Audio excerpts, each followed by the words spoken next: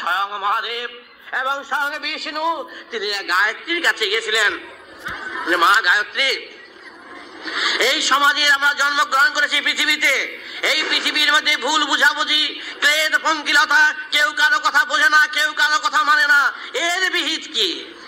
তাহলে এর বিহিত বুঝিয়ে তুমি সবসময় করতে পারবে না, এর জন্য তোমাদের প্রস্তুতি হওয়া দরকার।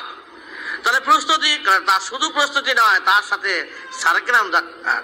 সারগ্রাম বিনে সাধনা হয় না, এবং সমাজকেও সারগ্রামের এর মধ্যে না আনলে কাজ ভালো হয় না। তো সে আবার কি? তখন শিব বললেন,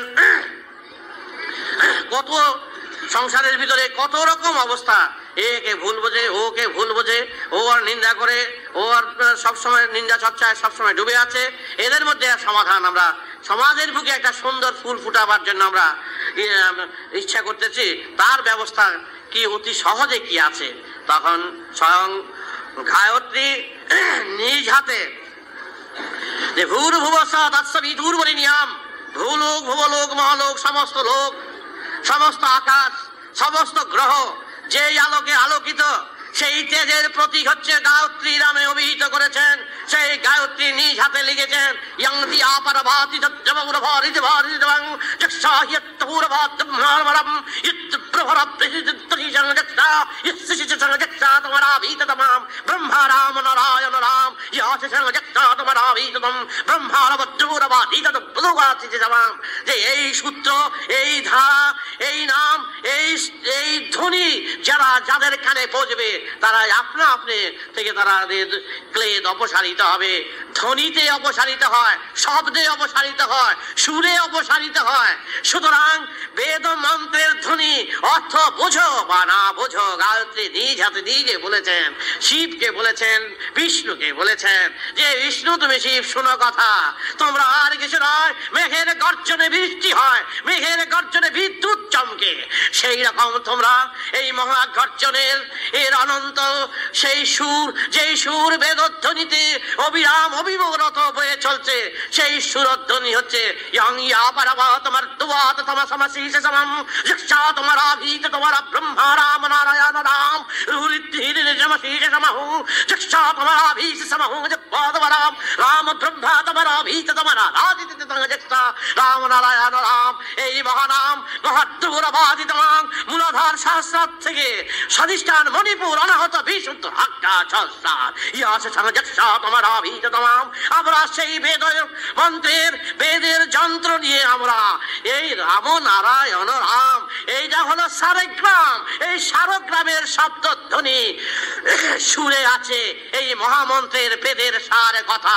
নির্যাস, সেই নির্যাসের নিংড়ানো, সেই শুধু শুধু নির্যাস, সেই শুধু নিংড়ানোর অর্থ কোনো সেই রাম নারায়ণ রাম তমাতিতা ফলাফাসে সালাম মূলাধার থেকে স্বাধিষ্ঠান। যেমন শিব বললেন, এই নাম যদি আমরা সব সময় উচ্চারণ করি এবং সবাই যদি করে, তাতেই মুক্ত হয়ে যাবে জীব। তখন গায়ত্রী বললেন,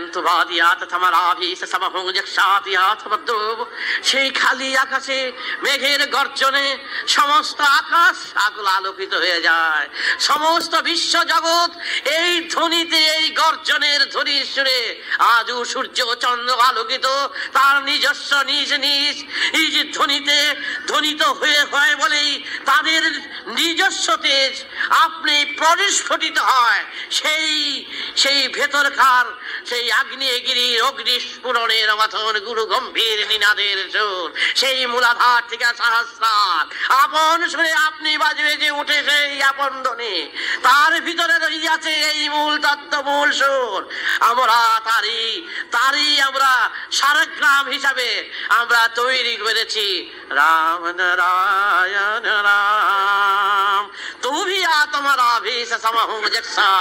এই সুর যদি সুরধ্বনি যদি আমরা অবিরাম অবিরত আমরা যদি সব সময় চর্চা করি, আমরা যদি ধ্যান করি, আমরা যদি পথে ঘাটে সর্বত্র জায়গায় যদি আমরা এই নাম বিচরণ করি, তোমরা সব জায়গায় ছড়িয়ে দেবে, আকাশে বাতাসে সর্বত্র ছড়িয়ে দাও রাম নারায়ণ রাম। আপনি বেদমন্ত্রের বেদ সুর সব কিছুকে পরিষ্কার করে দে। এই মহা যন্ত্র যেই যা কিছু আপদ আছে আমাদের সম্মুখে সব কিছুকে সম্মুখীন করে সব ধূলিসাৎ করে সরিয়ে দেবে।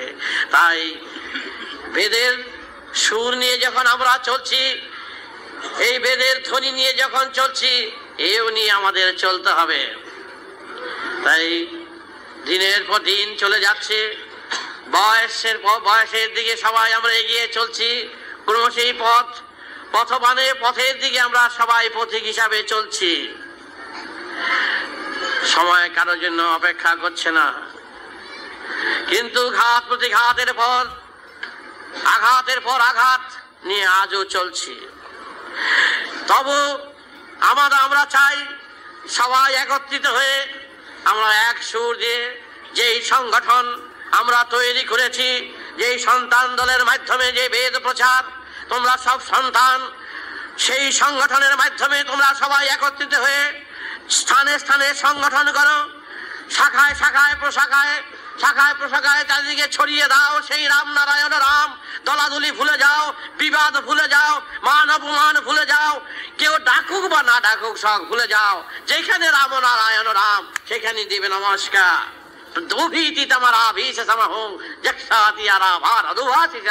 সমস্ত মন্ত্রটাই হচ্ছে এরকম। সমস্ত গীতাটা এই ব্যাখ্যা।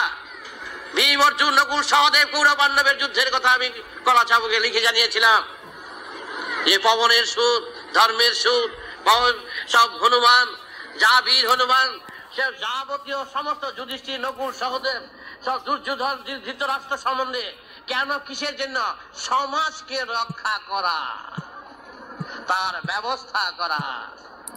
তাই তোমাদের কাছে বারবার করে বলে যাচ্ছি, তোমরাও নিজেদের মধ্যে দলাদলি ভুলে সব ভুলে একত্রিত হয়ে সবাই মিলে এই কথাই মনে রেখো।